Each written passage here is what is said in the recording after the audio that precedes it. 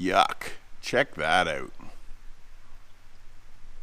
G'day Jaffa Adventures, Terry King here. Welcome to the channel. Just got back from an epic trip in the Simpson Desert. It's time to service the truck and it's just hit 200,000 kilometers. That's a magic number for this particular video because I'm going to be swapping out the Serpentine belt. And I found this little disaster in the making. You want to see how I'm going to do that? Stick around.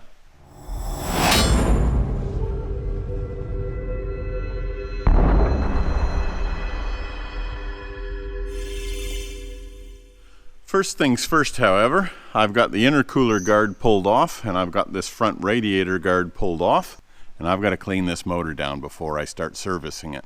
For those that follow the channel, you've seen me do that in a video before, so I've got no need to show you that again. Let's do a little bit of creative editing. Ta-da! There we have it, one clean engine bay. It's looking a lot better than when I started out. So now we can get to replacing this belt. Okay, let's consult our Landcruiser 200 warranty and service book to find out how often we have to do this.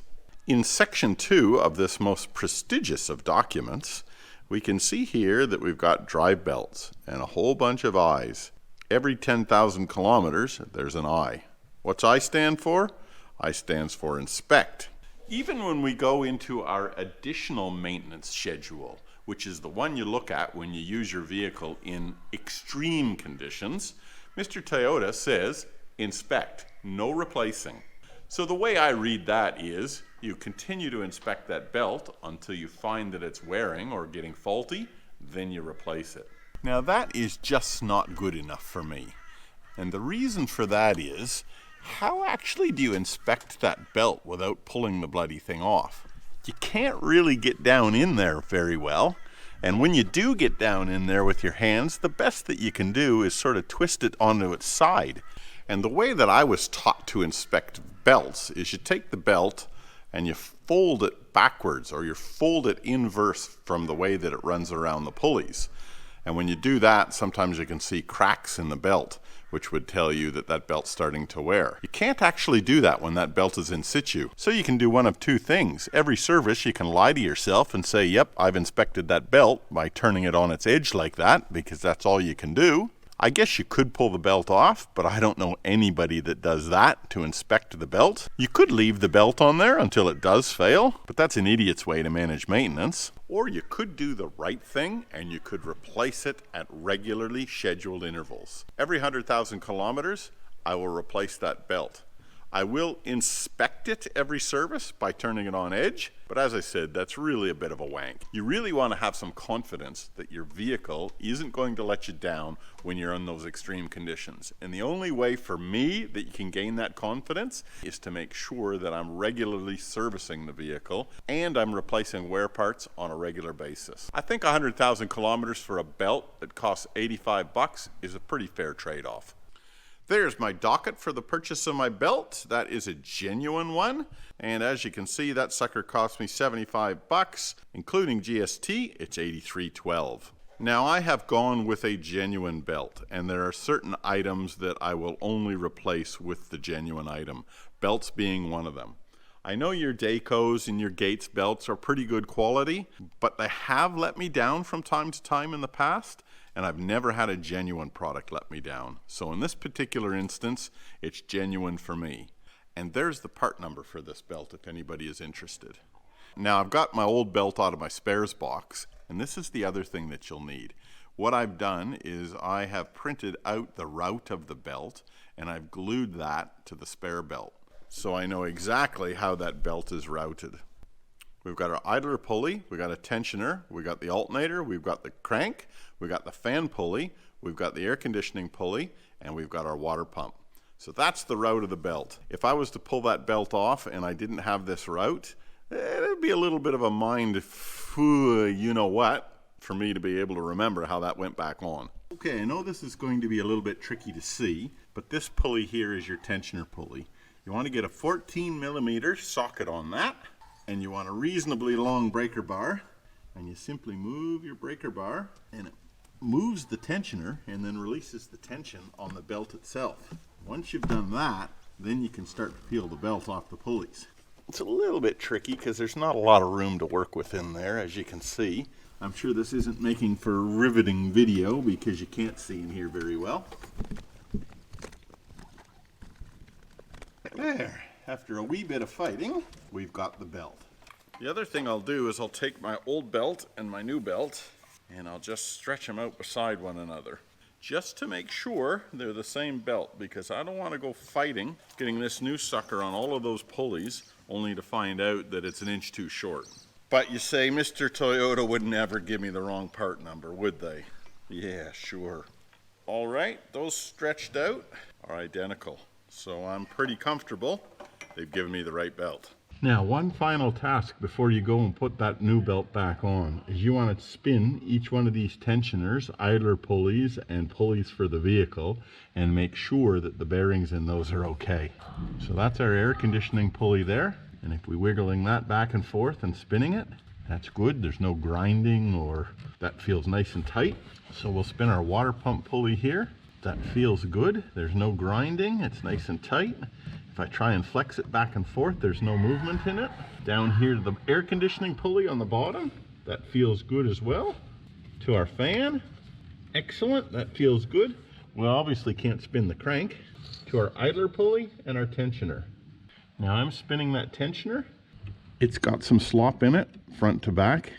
The bearings sound okay, but there's definitely some slop front to back. For that reason, I'm going to replace that little sucker right there. And I do keep a tensioner and an idler pulley in my spares kit. And to loosen that sucker, we obviously turn it in. Again, there's bugger all room to work in there. But what you've got to do is you've got to undo that 14 mil bolt on the end of the snout of that pulley. And I did crack it, and she is coming off. All right, there's my two pulleys. That pulley is definitely cactus. You probably won't be able to see it, but I can move that bearing in and out. And when I spin that pulley on my finger on the bearing, I can feel some crunchiness. I'll put the pulley up to the mic and see whether you guys can hear it. So that needs replacing. That's my replacement part. It's New Line, which is a Dayco product. This particular part number is EP303. The tensioner is EP303 and the idler pulley is EP307. Now let's just check these suckers for diameter. Identical. Sweet. Depth. Identical. Check the mating surface of that bearing. Identical. And check the diameter of that bearing hole, which is a little difficult because the jaws aren't quite long enough. Yep, that's the same. Okay, those two are identical. I can go ahead and bolt that onto the motor. All right, we got our pulley.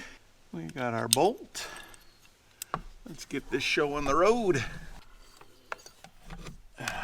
Real difficult to start it.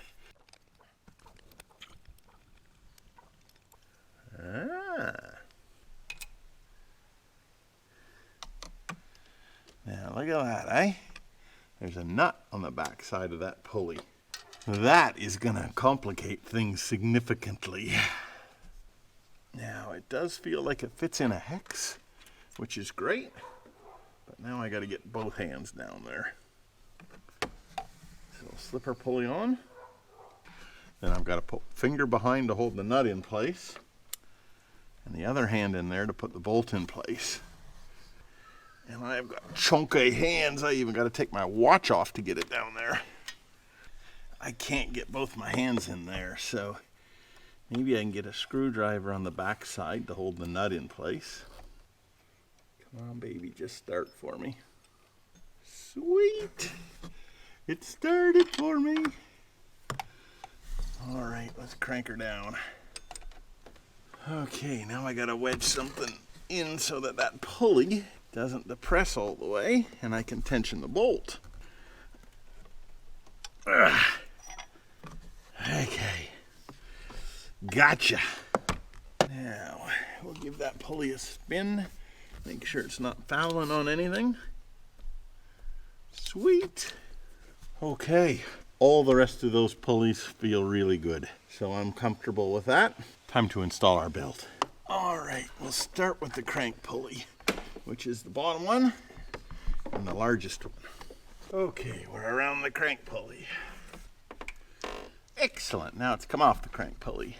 Okay, it goes up over the water pump pulley, then down to the AC.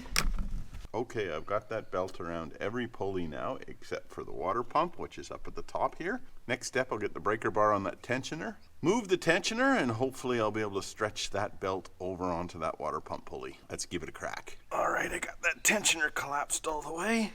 That belt over that pulley. Whew, I think we got it. Okay, it's around the AC pulley on the bottom, around the water pump on the top, around the fan, centered on the crank, around the tensioner.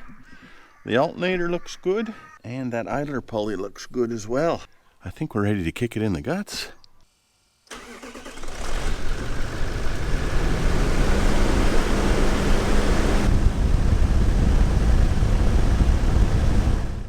Job done. Now I've got 3 lessons for you in this video, and don't switch off yet because this is the most important part of the video. Number 1, give it a crack. It's not difficult. There's plenty of how-to YouTube videos out there. Heck, I've got an entire library of 200 series maintenance videos. You can do it, back yourself. Lesson number 2, don't get discouraged. You notice something different about me? That's right, I got a different shirt on and it's the morning. Why is that? Because I was getting the shits yesterday afternoon when that belt wasn't complying with me, so I closed the shed doors and I walked away. I came back this morning with a fresh mind, and it took me 10 minutes and the job was done. And lesson number 3, the most important lesson, you cannot over-service your vehicle. Mr. Toyota said to inspect this belt. There was no mention of replacement. If I would have continued to inspect it, that bearing in that pulley would have failed. And when that bearing fails, it'll destroy the belt.